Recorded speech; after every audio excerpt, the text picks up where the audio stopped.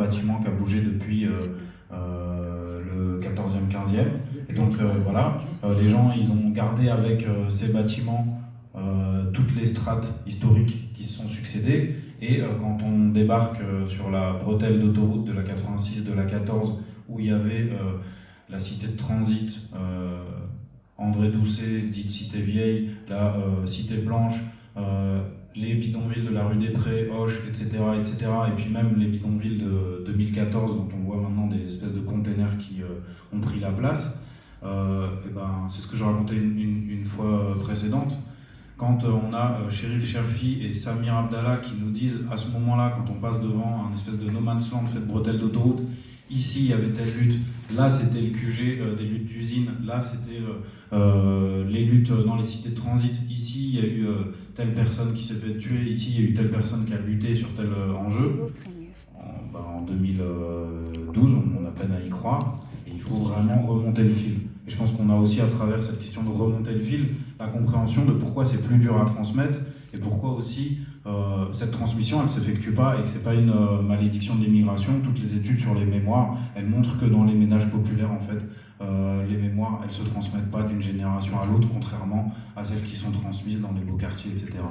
Ça répond pas totalement à la question, mais c'est le centre de la suite dans la thèse, et on en a quand même aussi une vraie, je pense, actualité, en tout cas dans le livre, sur la question de la rénovation urbaine, comment celle-là, elle rase beaucoup les mémoires, et avec cette schizophrénie de plus en plus grande, cette espèce de grand écart où, là où on rase le plus, ou là où on transforme le plus, je pense à Nanterre au grand axe Seine-Arche, et évidemment dans plein d'autres communes, il y a plein d'autres grands projets qui peuvent ressembler. C'est aussi là où on met le plus de noms de patrimoine qui en fait ont disparu ou disparaissent petit à petit.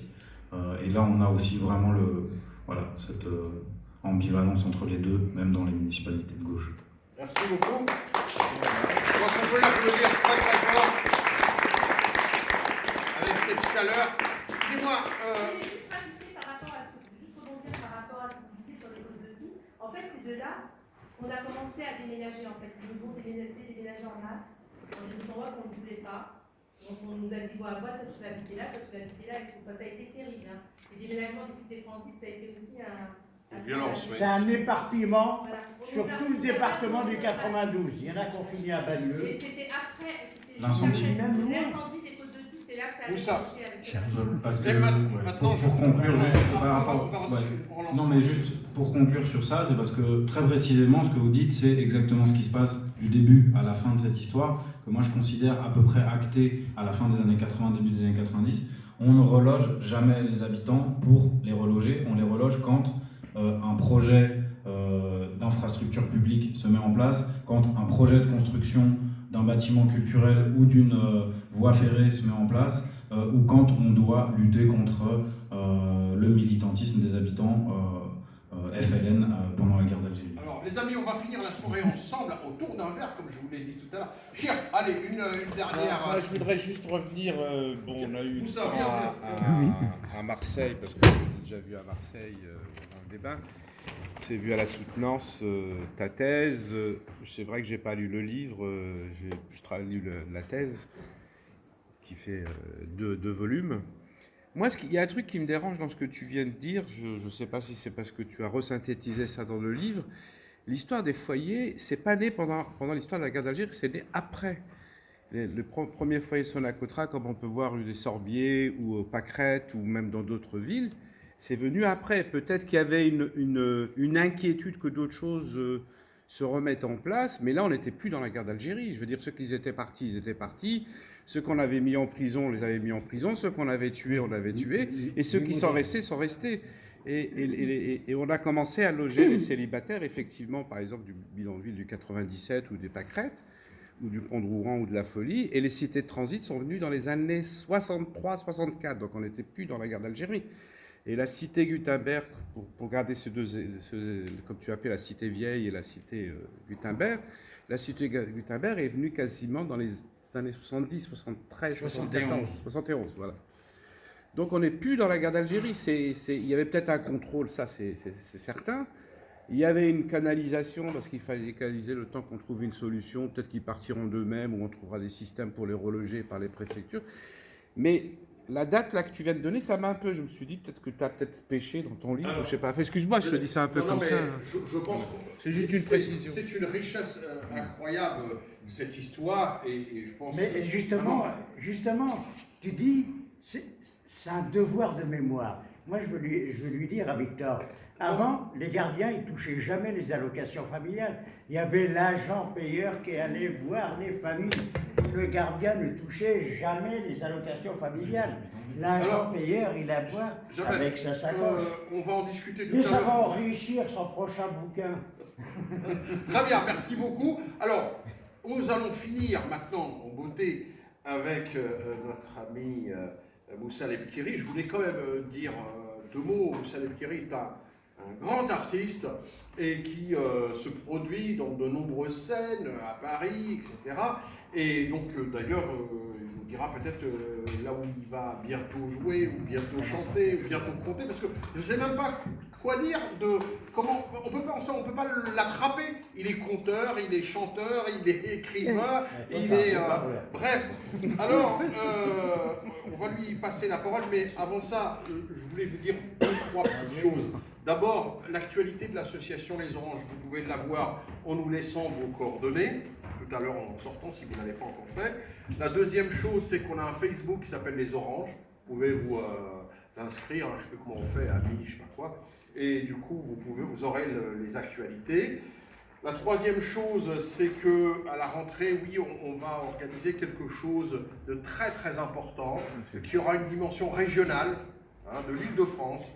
Parce que toute cette histoire, ce qui est très important dans cette thématique de ce soir, il s'agit de la mémoire de combat. Mémoire de combat, c'est pas seulement faire des constats ou de se dire qu'il y a eu une vie difficile, terrible, à une époque, et aujourd'hui encore, qu'elle est encore difficile. Mais nous sommes là, et nous sommes bien vivants, et on a envie aussi de vivre et de rire. Et le rire, c'est très important. Parce que le jour où on perd le sourire, eh bien, ils auront gagné nos adversaires, c'est-à-dire les dominants, ceux qui, effectivement, sont aux manettes et qu'à chaque fois, ils tentent de nous d'écraser nos voix, nos respirations, le champ des possibles, chaque fois, ils nous ferment cette possibilité-là. Eh bien non, on leur dit, nous, grâce à justement le fait de nous unir, avec des artistes, avec des chercheurs, avec des militants associatifs, avec des amis. Parce que je vais vous dire une chose très importante, c'est que dans ma vie militante, une chose très importante que j'ai pu approcher, c'est l'amitié. Et l'amitié, c'est formidable. C'est quelque chose, c'est un joyau. Je dis ça parce que ici il y a plein d'amis. Et je sais, c'est des gens sur qui on peut toujours compter. Qu'il neige, qu'il froid, etc., ils sont là. Ils sont toujours là. Et ça, c'est formidable. Et face à l'amitié, eh bien, les adversaires, réactionnaires ou autres, et d'ailleurs réactionnaires au sens large, il y en a à droite, il y en a à gauche, maintenant on ne sait plus qui est quoi. Et donc, ça, c'est important parce que ça nous permet d'être ensemble, donc nous unir pour ne pas se perdre. Et c'est dans ce sens que c'est important de continuer à garder le sourire. Et les artistes sont là pour ça. Et c'est merveilleusement important qu'il faut qu'on soutienne les artistes dans cette période difficile parce que c'est eux qui nous réchauffent le cœur. Moussa, à toi. Ah putain, quand même.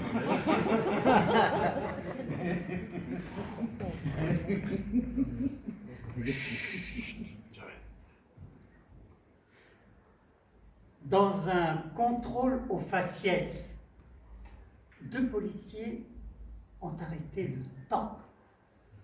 Lui ont trouvé une sale gueule, le temps. Lui ont demandé ses papiers. Mais des papiers sur lui, le temps n'en avait pas. L'ont pris pour un je ne sais quoi. Lui ont demandé son nom et le temps a répondu le teint. L'ont pris pour un Marseillais. Ont voulu lui passer un savon au temps, mais leur a glissé des mains le temps. l'ont attrapé, lui ont alors demandé d'où il venait, où est-ce qu'il habitait. Le temps a répondu partout, là, et aussi nulle part. L'ont pris pour un fou, un migrant, un clandestin, pire encore, un sérieux killer. Lui ont passé les menottes au temps, au poignet qu'il n'avait pas. Il a fini devant le tribunal, et pour sa défense, il n'y avait personne. Oh, personne. Pas même l'avocat du diable. Alors quoi? Alors quoi? Lui ont demandé de se lever et de lever la main droite et de jurer de dire toute la vérité, rien que la vérité. Mais demain, sur lui, le temps n'en avait pas. Il faudra pourtant bien le juger, ce temps. Sans doute le condamner à mort. Et voilà, quand on a voulu délibérer, les jurés n'avaient plus de... À la barre, le temps s'était barré. La sentence ne fut jamais prononcée. Et pendant ce temps, le temps court encore.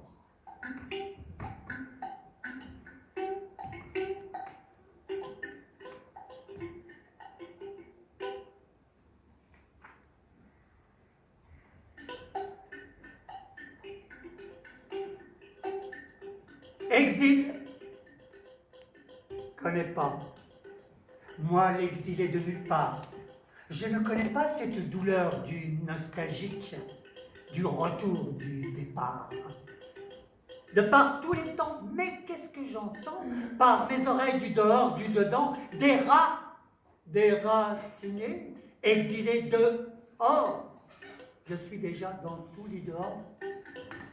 Étranger de personne, exil, connais pas, j'habite le monde, ici ou là, exilé par procuration, exilé par les autres, exil, connais pas.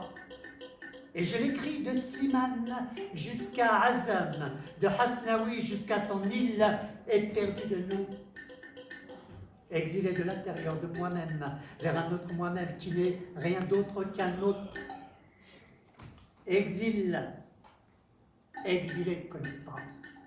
Chair ma chair, terre de ma terre, dans les déveines de mes déveines, sang et flot du bateau qui tangue, je m'ulisse, sans voyage, sans Homère, sans amertume, j'en ai pas. Oh, ma nostalgie, doulourante, mon père, mon pays, ma mère, ma terre, n'écoute pas. L'exilophone, de tous ces chants exilophobes. Et quoi? Moi, je suis en règle avec la préfecture de ma conscience et je reste intact, d'origine, avec mon âme imbibée d'huile kabyle, première impression. Merci.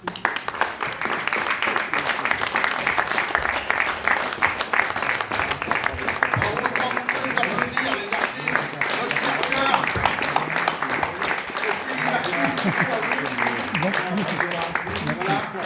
Je vous propose maintenant que nous allions boire un verre d'eau, et puis manger quelques petites victuailles, et puis continuer la discussion. Et puis aussi, il y a les livres de Victor pour les dédicaces, c'est ici.